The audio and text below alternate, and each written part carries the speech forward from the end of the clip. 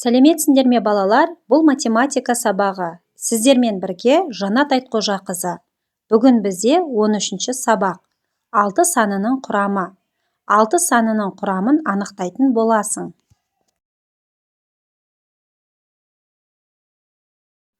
Нөмірі 1-ші есеп. Суретке қара, заттарды сана. Заттардың санын салыстыр. Мұнда үшбұрыштар тұр екен, я?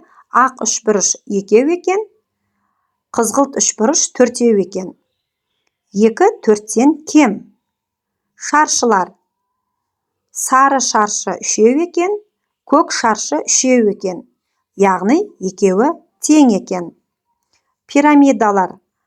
4 жасыл пирамида, 3 қызғылт пирамида. 4 3-тен артық екен. Алты бұрыштар тақтадағы. Қызғылт 6 бұрыш, 6 бұрыштан 5 екен, сары 6 бұрыштан 1 екен. 5 1-ден артық екен. Шарлар.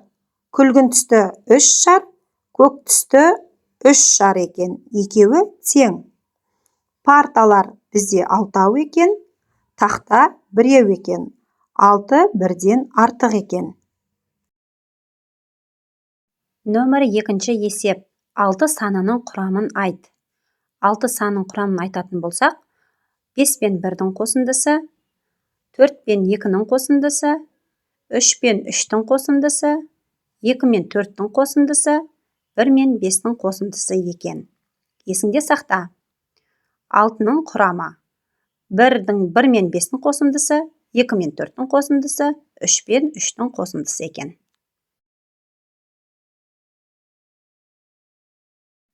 Нөмірі 3-ші есеп. Бос орындарға тиісті сандарды ата және жаз. Мұнда қарайық балалар. Мұнда қызыл 6 бұрыштан 3 екен, көк 6 бұрыштан 3 екен. Яғни 3-ке 3-ті қосатын болсақ, 6-ға тең болады. 6-дан 3-ті азайтатын болсақ, 3-ке тең болады екен. Ал мұнда келесінде 4 қызыл 6 бұрыш, 2 көк 6 бұрыш бар екен. 4-ке 2-ні қосатын болсақ, 6-ға тең болады екен. Орын ауыстыратын болсақ, 2-ге 4-ті қосатын болсақ, 6-ға тең болады. Қосылғыштардың орны ауысқанымен қосындының мәні өзгермейді екен, я? Одан кейін 6-дан біз 2-ні азайтатын болсақ, барлығы 6 бұрыш болса, одан ана 2 көк 6 бұрышты азайтатын болсақ, 4-ке тең болады екен. Одан кейін 6-дан 4-ті азайтатын болсақ, 2-ге тең болады екен. Одан кейін 5 қосу 1, яғни 5 6 бұрыш, оған 1 көк 6 бұрышты қосатын болсақ, 6-ға тең болады. Орын ауыстырамыз, 1-ге 5-ті қоссақ, 6-ға тең. 6-дан 1-ді азайтатын болсақ, 5-ке тең.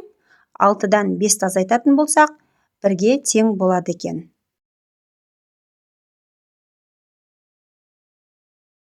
Нөмірі 4-ші есеп. Есепті шығар.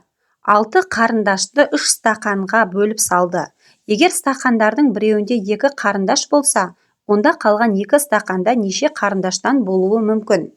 Біз бұлай жасасақ болады. 1-ші стақанға 2 салдық, я? 2-ші стақанға 1 қарындаш, 3-ші стақанға 3 қарындаш салсақ, барлығы 6 қарындаш болады екен.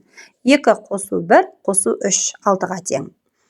Екіншісінде 1-ші стақанға біз 2 қарындаш, 2-ші стақанға 2 қарындаш, 3-ші стақанға тағы да 2 қарындаштан салатын болсақ, 6-ға тең. 2 қосу 2, қосу 2, яғни 6-ға тең екен.